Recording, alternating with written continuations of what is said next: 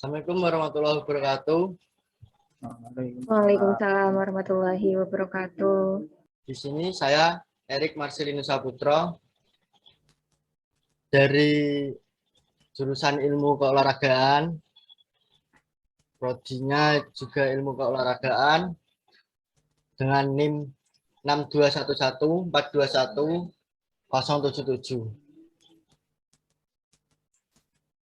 Saya akan mempresentasikan perkembangan e-sport yang ada. 1. E-sport dalam bisnis dan sosial ekonomi. Generasi remaja dapat menangkap peluang membuahkan e-sport sebagai wahana untuk menambah penghasilan, bahkan menjadi mata pencaharian untuk mencari uang para atlet e-sport. Memilih penjabaran e-sport menjadi olahraga tergantung pada definisi e-sport serta memahami apa yang memenuhi syarat aktivitas tertentu menjadi olahraga. Para investor bermunculan buat menanamkan investasinya di industri e-sport yang dibuktikannya dengan melalui turnamen atau kompetisi game online yang diselenggarakan dari pihak sponsor. Perkembangan e-sport di Indonesia sendiri relatif berkembang dari tahun ke tahun. Pernyataan ini dibuktikan dengan banyak kompetisi dari tingkat daerah hingga jenjang yang lebih tinggi, yaitu nasional bahkan internasional. Para publisher game yang terdapat di Indonesia pula memiliki event tahunan yang bisa diikuti para atlet-atlet atau semua tim e-sport yang ada di Indonesia. Event yang diadakan pula menarik beberapa game yang asalnya hadiah yang diberikan mampu dibilang relatif menarik perhatian para gamers yang ada di Indonesia. Yang kedua, pembangunan olahraga dalam cabang olahraga e-sport. Pembangunan olahraga ini membutuhkan waktu dengan jangka panjang agar bisa mencapai kualitas yang mengagumkan serta berkelanjutan melingkupi olahraga pendidikan, olahraga rekreasi, dan olahraga prestasi secara proporsional. Sebagai akibatnya terciptanya sinergi secara berkelanjutan, berjenjang dan sistematis yang dilewati menggunakan pembibitan, pembudayaan, hingga peningkatan prestasi pada puncak prestasi yang dapat menghasilkan pembangunan olahraga yang ada di Indonesia pada tingkat nasional. Di e-sport terdapat organisasi internasional e-sport federation atau disingkat EESF dunia. Organisasi dirancang secara ditemukan oleh 9 negara asal Eropa dan Asia yang mempunyai tujuan untuk mempromosikan serta memajukan e-sport dan menjamin e-sport tidak jauh beda dengan olahraga-olahraga yang lainnya. Untuk organisasi yang ada di Indonesia disebut IESPA, Indonesia E-Sport Association. Lanjut untuk konsep kebijakan pembinaan dalam cabang olahraga e-sport sendiri. Pembinaannya sangat serius terhadap atlet e-sport untuk mempersiapkan atlet untuk menghadapi Asian Games 2022. E-sport sendiri hadir sejak adanya teknologi, jadi tentunya mengalami penyesuaian. Permainan e-sport bisa digolongkan sesuai jenis perangkat digital yang dipergunakan serta nama permainan yang digemari sang pemainnya dan sedang populer dipertandingkan di acara turnamen e-sport. Di samping itu tentu sangat membutuhkan fasilitas teknologi yang membantu untuk aktivitas e-sport tersebut, yaitu indera pembantu atau bisa disebut earphone ya. Terdapat juga kebutuhan teknis berupa desain pengolahan di pencahayaan dan akustik ruang yang bisa menunjang aktivitas permainan. Akustik eksterior serta interior bisa mempengaruhi psikolog atlet dalam berkonsentrasi. Waktu melakukan sesi latihan juga sesi pertandingan dalam sebuah event-event atau turnamen yang diadakan seperti ASEAN atau SEA Games. Psikologi juga tidak kalah penting dari terbentuknya teknik pencahayaan ruang terhadap penggunaan ruang bahwa intensitas serta warna cahaya dapat mempengaruhi emosi dan produktivitas penggunaan ruang itu sendiri. Terkait problem-problem yang sudah saya sampaikan tadi, terdapat rumusan problem yang dapat disimpulkan bahwa bagaimana zonasi ruang pelatih yang dibentuk sesuai kebutuhan teknologi yang digunakan dan fasilitas teknik ruang seperti apakah yang dapat diterapkan supaya bisa membantu untuk mengatur pola latihan atlet e-sport yang ada. Perancangan ini memiliki sebuah tujuan untuk merancang interior e-sport training center.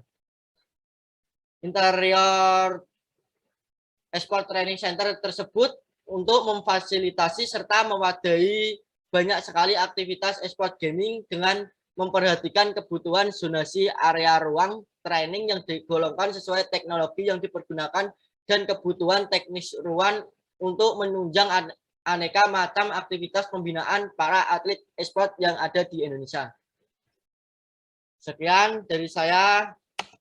Apakah ada yang ditanyakan?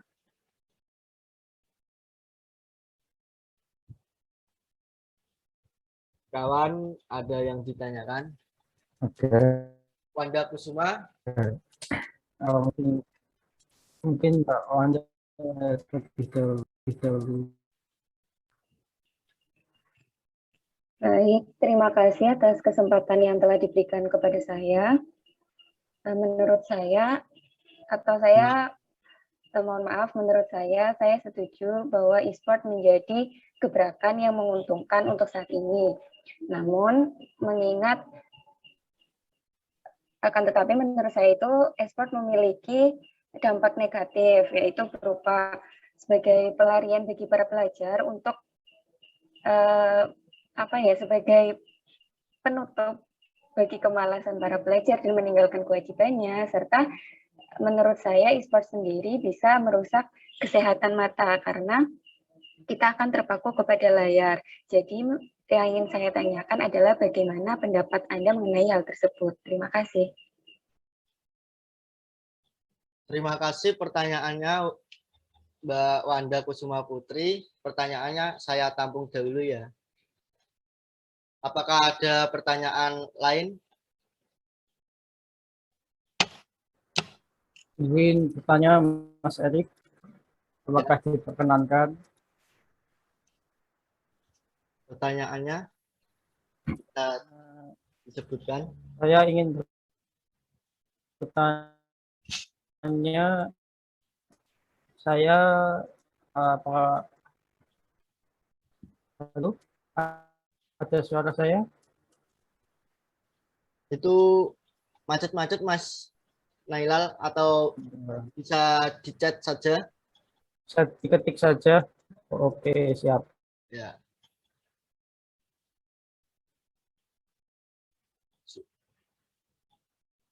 Untuk menunggu pertanyaan dari Mas Muhammad Nailal Hana, apakah ada pertanyaan lain?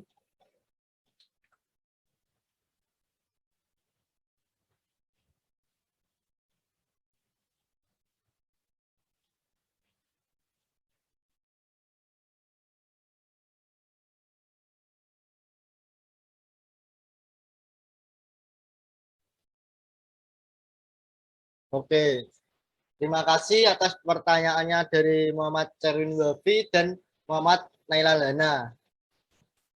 Dan tadi juga Mbak Wanda sudah bertanya.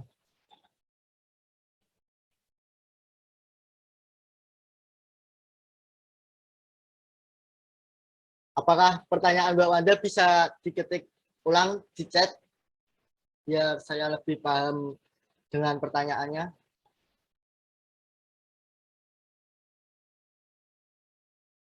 Oke, saya akan menjawab pertanyaan dari Muhammad Nailal Hana terlebih dahulu mungkin. Apa yang menjadi dasar e-sport dikatakan sebagai sebuah kegiatan olahraga? Melihat dari aktivitasnya yang hanya duduk dengan melihat layar monitor atau HP saja tanpa melakukan gerakan-gerakan yang biasanya dilakukan seperti olahraga fisik lainnya. Terima kasih, pertanyaannya bagus sekali, Mas Muhammad Nailalana. Bagi mereka yang kontra dengan aktivitas tersebut akan bilang bahwa aktivitas bermain video game atau e-sport merupakan kegiatan pasif, di mana sang pemain menghabiskan waktu berjam-jam di depan layar laptop, game konsol, atau sekarang dengan smartphone. Bagaimana bisa e-sport dimasukkan ke dalam cabang olahraga? Sementara untuk mereka yang mendukung e-sport disebut sebagai cabang olahraga karena mengutamakan strategi dan ketahanan fisik saat bertanding. Jadi kita di depan layar laptop kan bau kita tegak gini terus ya. Nah, itu termasuk aktivitas olahraga untuk melatih otot punggung, otot bau kita agar bisa tegak dan fisik kita menjadi lebih kuat. Dan karena itu bisa disebut e-sport bisa disebut sebagai olahraga. E-sport juga termasuk kategori motorik seperti layaknya bermain catur. Catur juga disebut olahraga karena termasuk kategori motorik. Terus manfaat dari e-sport sendiri untuk menghilangkan stres. Untuk menghilangkan stres itu yang utama. Habis itu melatih hidup sehat karena kita selalu tegak, duduk tegak. Fisik kita menjadi kuat karena kita di depan layar laptop itu sangat tegak baunya. Jadi tidak gini. Apakah jawaban dari saya sudah jelas?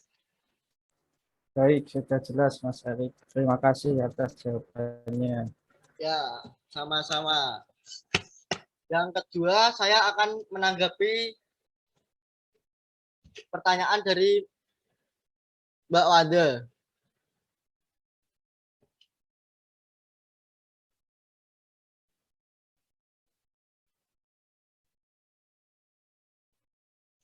Pertanyaan dari Mbak Wanda sendiri, e-sport sangat mengganggu bagi para pemuda karena mengganggu aktivitas belajarnya. Pertanyaannya, apakah bisa disimpulkan seperti itu, Mbak Wanda?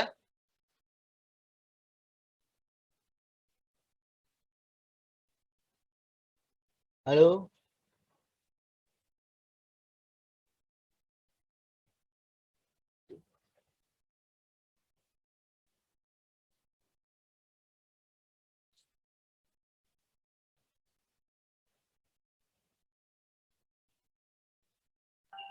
Iya, halo. Apakah suara saya jelas? Tadi terputus-putus. Hujannya sangat mengganggu ya?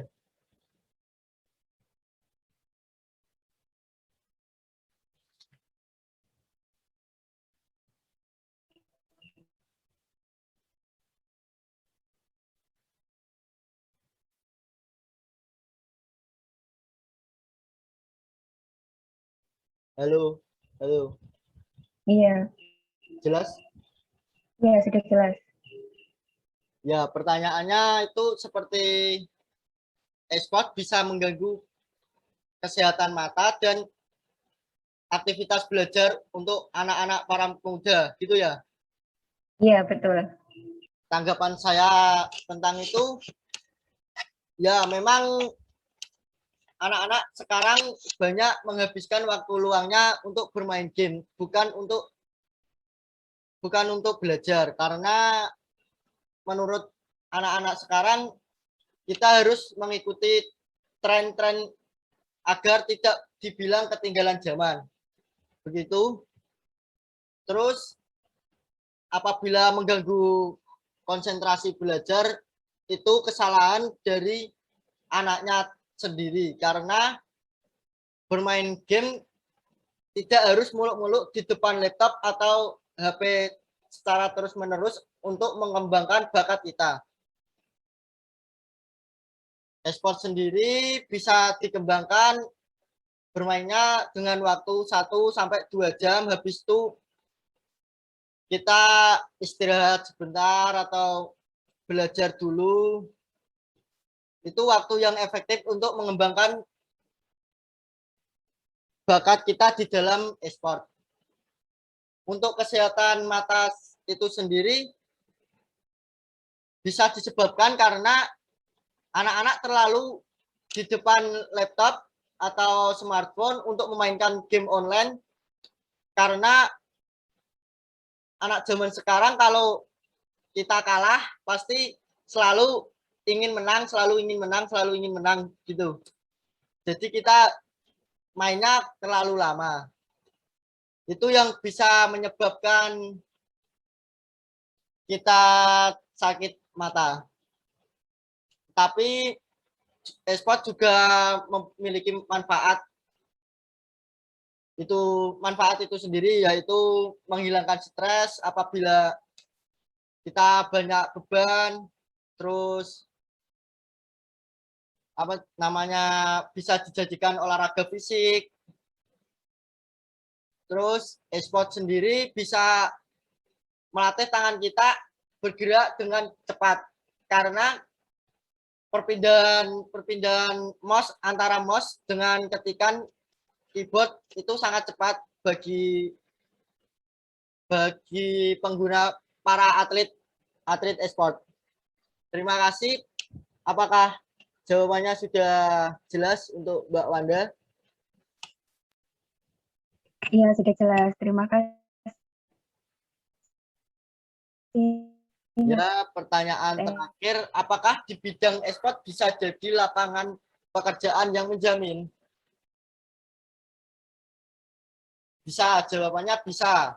Apabila kita sudah mengikuti sebuah tim e-sport yang sudah memiliki nama dan mengikuti turnamen-turnamen atau event-event yang sudah besar, itu adalah ladang pekerjaan yang menjamin bagi para atlet e-sport sendiri. Untuk para pemula-pemula, apabila ya menekuni dunia e-sport, dia akan berkembang di dunia e-sport apabila dia memiliki pelatih e-sport sendiri atau pelatih pribadi yang sudah menguasai dunia e-sport itu sendiri. Untuk dari diri sendiri bisa memainkan game-game yang kita suka dari waktu 1 jam hingga 2 jam, habis itu istirahat, habis itu main lagi untuk mengembangkan bakat kita. Gitu terus dari hari ke hari. Tuh.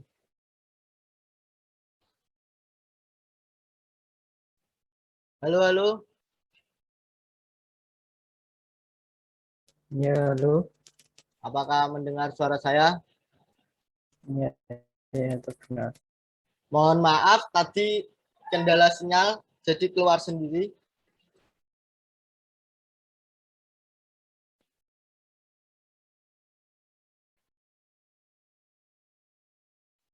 Ya, saya lanjutkan pertanyaan tadi.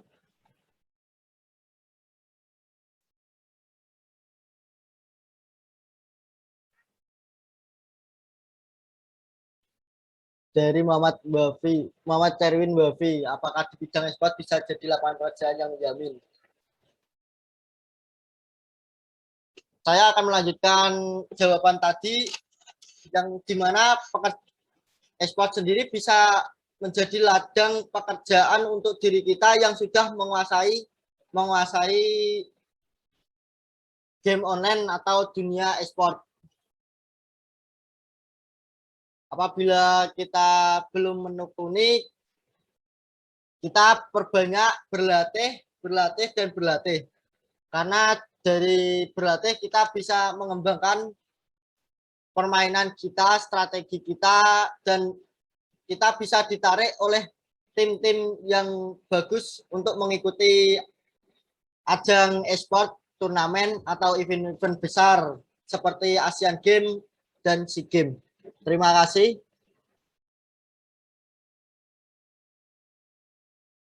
Sekian presentasi saya. Saya tutup terlebih dahulu.